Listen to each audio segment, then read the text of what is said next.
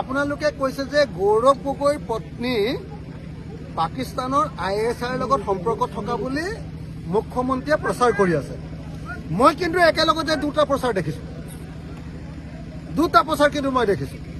যেনেকৈ অসমৰ মুখ্যমন্ত্ৰীয়ে কৈছে যে গৌৰৱ গগৈৰ পত্নী এলিজাবেথ নে কি নাম, গৌৰৱ গগৈৰ পত্নী ISIৰ লগত সম্পৰ্ক আছে বুলি যেনেকৈ প্ৰচাৰ কৰিছে, মই আকৌ দেখিছোঁ যে কংগ্ৰেছৰ নেতা কিবা চৌহান, কংগ্ৰেছৰ এতিয়া এজন ইনচাৰ্জ, অসমৰ ইনচাৰ্জ চৌহান নামৰ মানুহজনে কৈছে আকৌ যে অসমৰ মুখ্যমন্ত্ৰীয়ে আৰৱত কি কয় এইটো আপোনাৰ কি বুলি কয়, চৌদি আৰৱ মানে এইটো কি কয়, ডাঙৰ চিটিখন এখন কি বুলি কয়, ডুবাইত বোলে ডাঙৰ ফ্লেট কি কয় এইটো আপোনাৰ বিজনেছ, কনষ্ট্ৰাকশ্যন বিজনেছ আৰু হোটেল বিজনেছত অসমৰ মুখ্যমন্ত্ৰীয়ে বোলে ইনভেষ্ট কৰিছে।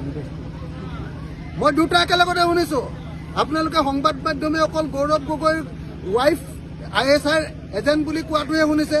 মই একেলগতে দুটা কথা শুনি আছোঁ যে এফালেদি গৌৰৱ গগৈ ৱাইফক ISI এজেণ্ট বুলি কোৱা শুনিছোঁ আৰু আনফালেদি আকৌ কংগ্ৰেছৰ পৰা অভিযোগ তোলা শুনিছোঁ যে অসমৰ মুখ্যমন্ত্ৰীজনে বোলে কি কয় এডোখৰ ঠাই কি বুলি কয়, ডুবাইত বোলে ডাঙৰ এপাৰ্টমেণ্ট বনাইছে, ডাঙৰ কি কয় আপোনাৰ হাউচিং বিজনেছত বোলে টকা খটুৱাইছে আৰু হোটেল বিজনেছত বোলে টকা খটুৱাইছে, এই বুলি মই শুনিছোঁ দেই।